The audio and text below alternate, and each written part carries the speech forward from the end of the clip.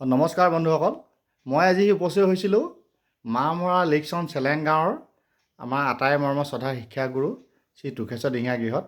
তেখেতে মামৰা ডিপলিং উচ্চতৰ মাধ্যমিক বিদ্যালয়ৰ পৰা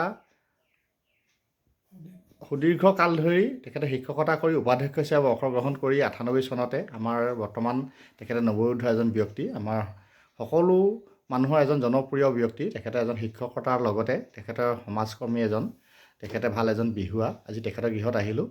ছাৰ, আপোনাক নমস্কাৰ জনাইছোঁ। আজি তেখেতক আমাৰ চিনাকি কৰাই দিলে আমাৰ আটাই মৰমৰ সমাজকৰ্মী শ্ৰী পুনেশ্বৰ দিহিঙীয়াদেৱে। আমি তেখেতৰ গৃহলৈ আজি আনিলে তেখেতক ধন্যবাদ জ্ঞাপন কৰিছোঁ। ছাৰ, আপোনাৰ শিক্ষকতাৰ জীৱনৰ কথা কওকচোন। যিহেতু আপুনি বহু অনুষ্ঠান প্ৰতিষ্ঠানৰ লগত জড়িত, আপুনি প্ৰায় প্ৰথমে কৈছে যে 3খন বিদ্যালয় আপুনি প্ৰতিষ্ঠা কালৰ লগত জড়িত। মামৰা MV স্কুলৰ লগত আপুনি আছিল, তাতো শিক্ষকতা কৰিছিল। আকৌ খামন পশ্চিম MV স্কুলতো কৰিছিল। তাৰপাছতে মামৰা ডিপলিং উচ্চতৰ বিদ্যালয় কৰিছে, আৰু আপুনি কাষৰীয়া কেইবাখনো স্কুলৰ লগত প্ৰতিষ্ঠা কালৰ লগত জড়িত। আপোনাৰ শিক্ষকতা জীৱনৰ কথা কওকচোন ছাৰ। এতিয়া অৰ্থনীতিটো ঘৰুৱা কথা লাগে নাই। কাকতবাৰী প্ৰাথমিক বিদ্যালয়তে মোৰ আৰম্ভ কৰিছোঁ শিক্ষা।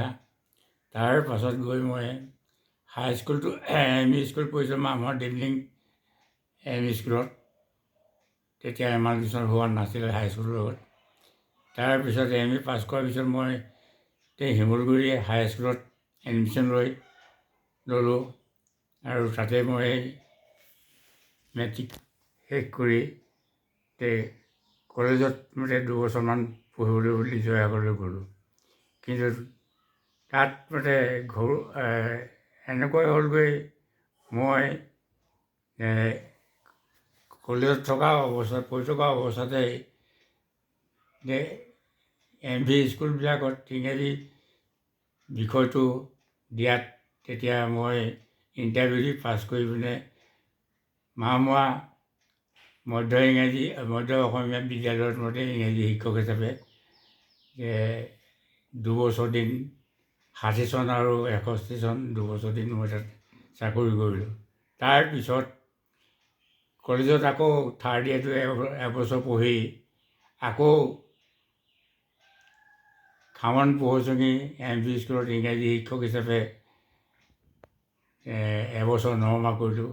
তাৰ লগে লগেই ছাৰ, আপুনি যিহেতু খামন পশ্চিম MV স্কুলত থাকোঁতে আপোনাক যিহেতু সকলো ছাত্ৰ ছাত্ৰীয়ে খুব ভাল পায় আপোনাৰ শিক্ষাদানৰ ওপৰত, আৰু আপুনি তেতিয়া আপোনাক আমাৰ বিশেষকৈ ছাত্ৰীসকলে জেং বিহু শিকাবলৈ কৈছিল, আৰু জেং বিহু আপুনি শিকাই খুব ধুনীয়াকৈ শিকাইছিল। আপুনি সেই সময়ত কিছু কথা কওকচোন। আমাৰ গাঁৱৰ অঞ্চলত জেং বিহুটো আছিলে, আৰু তাত জেং বিহু নাছিলে এই স্কুলৰ আশে পাশে থকা গাঁৱত।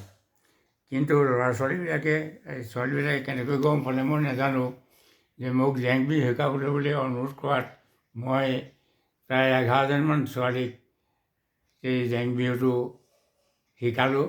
আৰু তেওঁবিলাকৰ মতে যেনেকৈ শিকাব লাগে আৰু মই যিখিনি জানো সেইদৰে শিকোৱাৰ পিছত সেই সময়তে সেই বছৰতেই ভোলাগুৰিত এখন বিহু সন্মিলন হৈছিলে। তাত গৈ তেওঁবিলাকে মতে প্ৰতিযোগিতাত অংশগ্ৰহণ কৰি প্ৰথম পুৰস্কাৰ পাইছিল। আৰু এইটো শুনি পিনে মোৰ খুব ভাল লাগিলে, যে যিহেতু মোৰ যিখিনি জ্ঞানৰ দ্বাৰা তেওঁলোকক বিহু দি আছিল, ই যে উচিত মানদণ্ড আছিল বুলি মই বিশ্বাস অনুভৱ কৰিছিলোঁ। ছাৰ, আপুনি শিকোৱা সেই জেং বিহু দলটিত জাতি বৰ্ণ ধৰ্মৰ সকলো আছিলে নহয় জানো? তাত যিসকল আমাৰ ছাত্ৰীয়ে কৰিছিলে, সকলো জনগোষ্ঠীয় ছোৱালীয়ে তাত বিহু কৰিছিলে।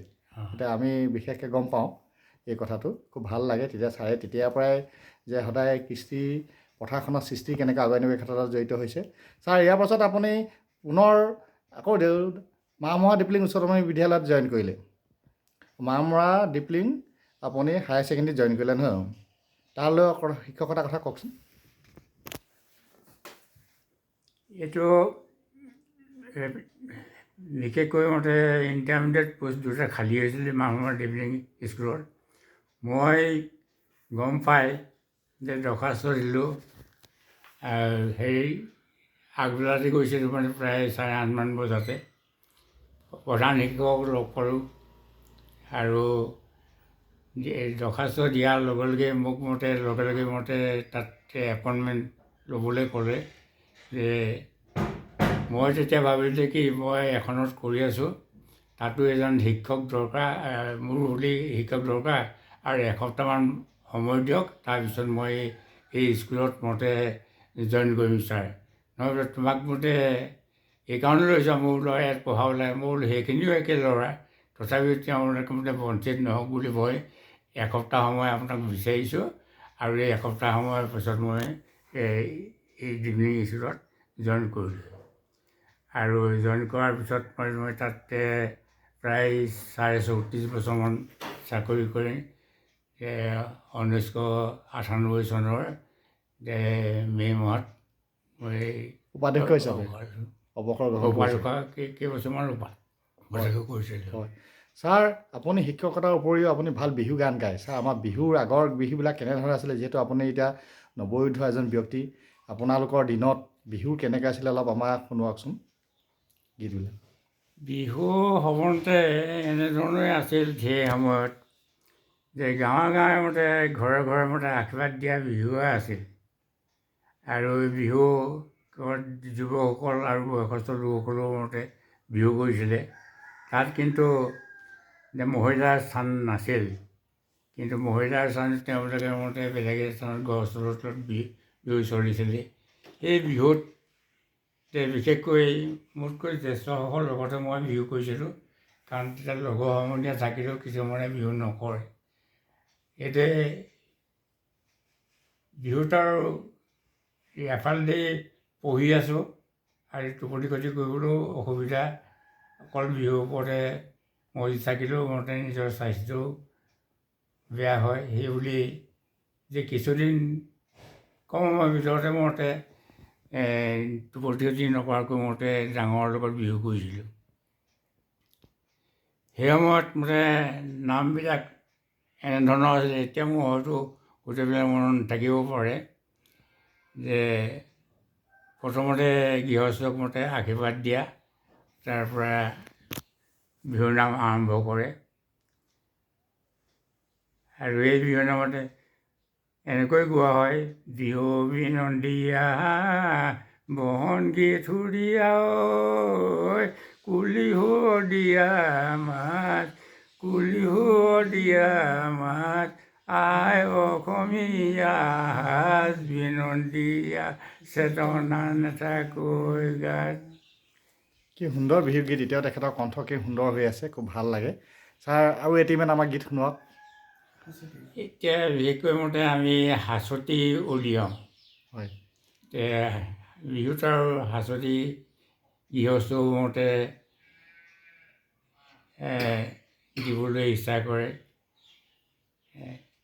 চ'ততে চকৰি বহাগত বগৰী, জেঠত অমনা ধান, জেঠত অমনা ধান, বহাগৰ বিহুতে বছৰ ধান কৰিবা, তেহে পাবা বৈকুণ্ঠ স্থান।